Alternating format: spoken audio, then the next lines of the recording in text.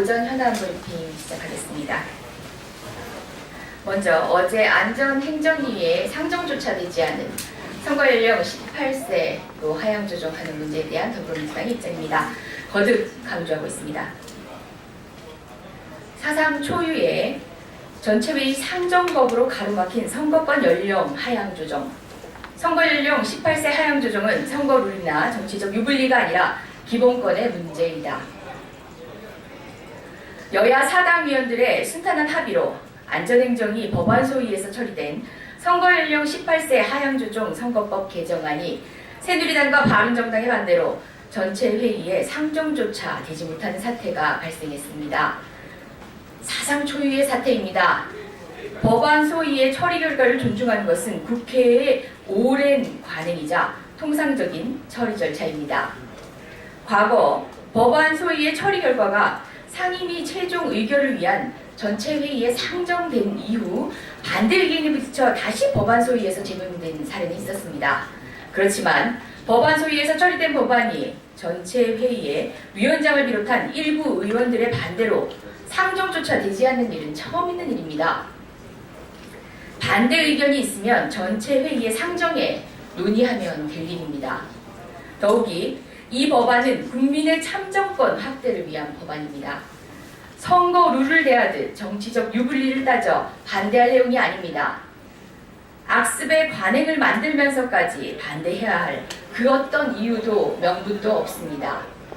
새누리당과 바른정당은 더 이상 목리 부리지 마십시오. 관행대로 상임위 의결 절차에 임할 것을 촉구합니다.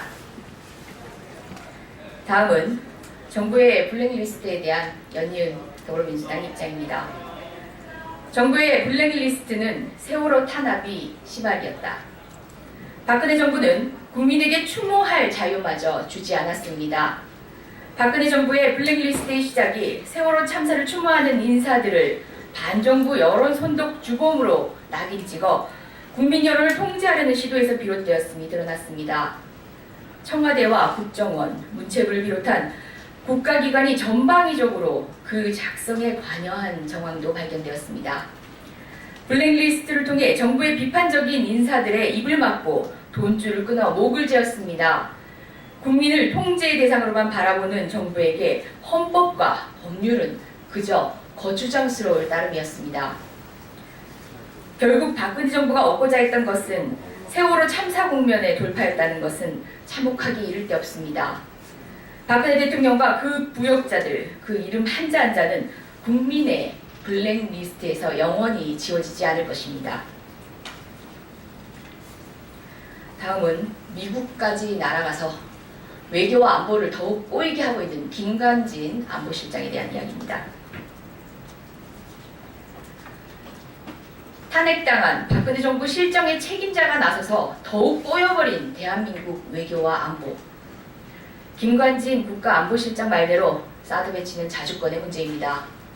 그리고 그 자주권은 국민의 것입니다. 자주권은 국민으로부터 탄핵당해 직무가 정지된 대통령과 그 대통령이 임명한 안보실장이 함부로 입에 올리며 휘두를 수 있는 것이 아닙니다. 사드 졸속 배치로 촉발된 한류 문화사업, 관광, 그리고 산업 전반에 타격을 주고 있는 중국발 경제제재, 한일 간 엉터리 합의로 더욱 골마가고 있는 위안부 역사와 한일 관계. 김관진 실장은 이 모든 상황의 책임자이면서도 반성은 고사하고 뻔뻔하게 워싱턴까지 날아갔습니다. 사태를 긁어부스럼 만드는 김 실장의 경거망동으로 가뜩이나 불안한 동북아 정세가 더욱 꽁꽁 얼어붙을 판입니다. 불안만 조장하는 정부입니다. 국민의 안전에는 속수무책입니다. 황교안 대행을 비롯한 유임된 박근혜 정부 보직자들에게 당부합니다. 제발 현상 유지하십시오. 아니, 현상 유지만이라도 제발 해주십시오. 역사를, 국격을, 그리고 국민의 이익을 후퇴시키지 마십시오. 마지막입니다. 오늘 특검의 피의자로 소환되는 이재용 삼성 부회장에 관한 더불어민주당의 이야기입니다. 특검에 소환되는 피의자 이재용. 우리에게 남겨진 숙제는 검찰개혁, 재벌개혁. 오늘 특검은 뇌물공여 피의자로 삼성 부회장 이재용을 소환합니다. 권위주의 군사정부의 잔재, 정경유착이 여전한 현실을 목도해야만 하는 국민은 씁쓸하기 그지없습니다. 게다가 검찰은 이미 이재용 부회장을 비롯한 재벌들을 피해자로 둔갑시켜둔 상황이었습니다. 특검의 엄정한 수사는 변론으로 하겠습니다. 이제 우리에게 남겨진 과제는 검찰개혁과 재벌개혁입니다. 재벌개혁이야말로 기업과 경제를 살리는 일입니다. 검찰개혁이야말로 검찰과 법치, 대한민국 헌법을 살리는 길입니다. 더불어민주당은 1월 2월 최우선 개혁과제로 공수처 설치 법안을 비롯해서 검찰 개혁안을 마련했습니다. 그리고 공정거래위원회 전속고발권 폐지, 상법 개정안 등 재벌개혁 법안들을 포함시키고 있습니다. 이것은 시작일 뿐입니다. 더불어민주당은 대한민국 국민경제와 대한민국 법치주의를 제대로 세우는 일에 최선을 다할 것입니다. 타협은 없습니다.